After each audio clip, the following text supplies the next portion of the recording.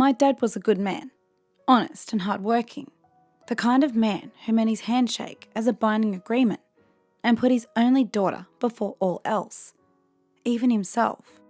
Dad worked as a truckie, carrying loads all over Australia. I never knew my mum, and I never had any other siblings or family. It was just me, Dad, and his beloved truck. We never had a house or anything, at least not that I could remember. When I got old enough to ask why, Dad said we used to, but he had to sell it so that he could afford to look after me. It didn't matter to a 6-year-old kid. The cab of a semi was just as good as a house, especially when I could fall asleep in one place and wake up in another. Every day brought new adventures and new places to explore. Dad would take me out for lunch and ice cream, and we'd check out whatever town we'd landed in before dinner.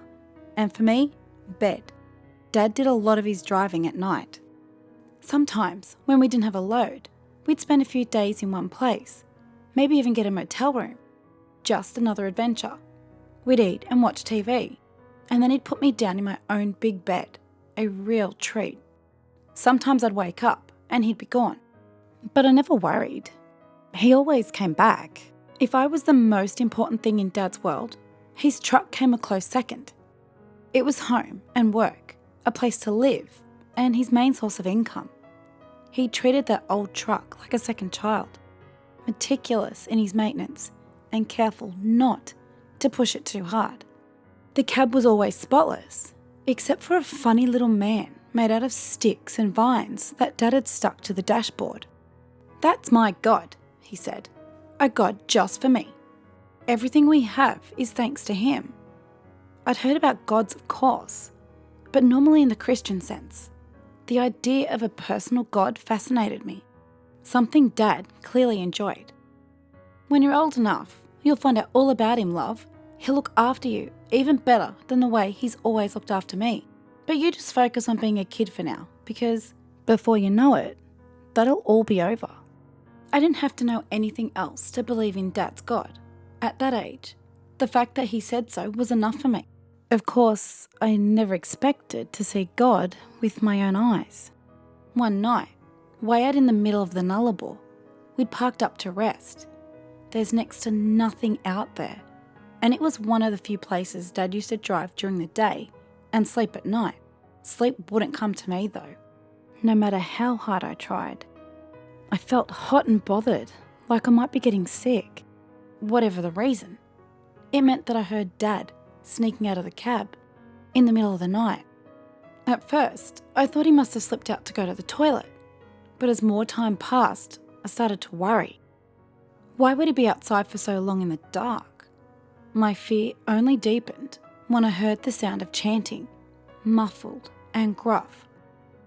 I decided I needed to see what was making the commotion and what had happened to Dad. I could hear more clearly from the front of the cab, enough to know that the voice chanting softly out in the dark desert belonged to my dad. For some reason, that didn't calm me the way I thought it should. I could barely see out of the cab in the inky, moonless darkness, and that didn't help with my anxiety at all. Suddenly, a green light flared, and I instinctively ducked down in the truck. When I finally found the courage to poke my head up again, I saw something that took my young breath away. Dad sat, cross-legged, on the desert sand, wearing an odd cloak that I'd never seen before. In front of him stood the source of the light. His God, it had to be.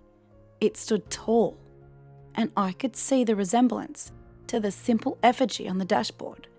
The long, spindly arms, the antlers, and the vines coiling around its form. Somehow, though, this realization did nothing to alleviate my fear. I quickly returned to the bed at the back of the cab, burrowing deep under the covers and squeezing my eyes shut. I must have fallen asleep before Dad came back, and I never mentioned anything to him about what I had seen. In truth, I never got the chance. As we entered South Australia, there was an eruption of sound and light, and we were suddenly surrounded by police cars. It all happened so fast. A kind-faced female officer gave me a lollipop and held me tight as they dragged my dad violently into a paddy wagon. I never saw him again. I learned very quickly that Dad must be more than I ever thought he was. Within days, I found out that the name I knew him by, the name all his friends on the road knew him by, was fake. I knew that he'd done something bad, but I was so little that no one would talk to me about it. I was put into foster care in Adelaide, and although the people were nice, they were distant and refused to even mention my dad. I made a few friends and I grew up, but it never felt real. I prayed to God, the popular one and the one from the desert, but I never got an answer. I hated my new life and I missed my dad. It wasn't until my 20s that I really thought to try and contact my dad again. Even in adulthood though, no one would talk to me about it. I mean, I really only had a handful of foster parents and grandparents to go to, but still, they'd skirt around the issue, tell me I didn't need to revisit that nasty business. But I did. He was my dad after all. I eventually decided I'd have to do the research myself. I didn't have much to go off, but I knew at least one of his names, and I had to start somewhere. The internet turned up nothing useful, which was a blow. But I remembered that the State Library held a huge collection of backdated newspaper articles, so I made that my next target.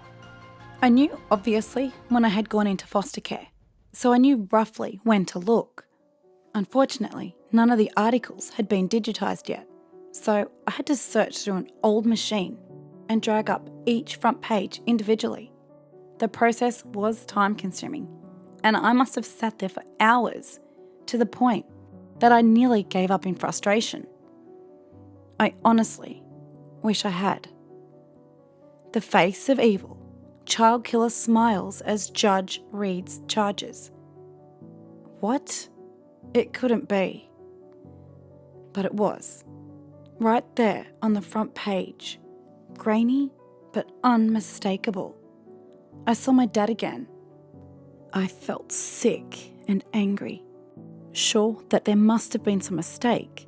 My kindly old dad wouldn't have hurt a fly, much less a child. The nausea only got worse, and my heart sank as I read the rest of the story. I must have churned through a month's worth of front page news over the rest of the afternoon. Each story filled me with a heaviness.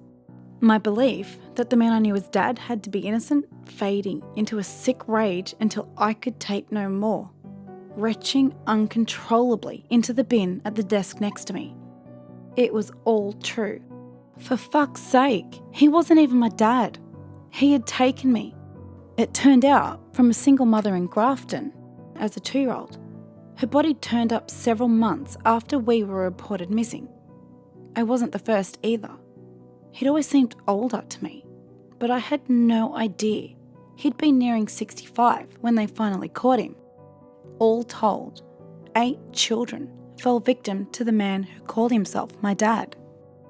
He would murder the mother and abduct her child, always at around 2 years old, and always a girl. He would then go on the road, raising the girl as his own, using the transient lifestyle he led to stay hidden. This was well before the internet.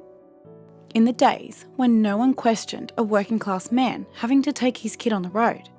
Then, at the age of 8, he would, for fuck's sake, I still can't even say it without wanting to throw up. At the age of 8, he murdered those poor kids and started the whole cycle again.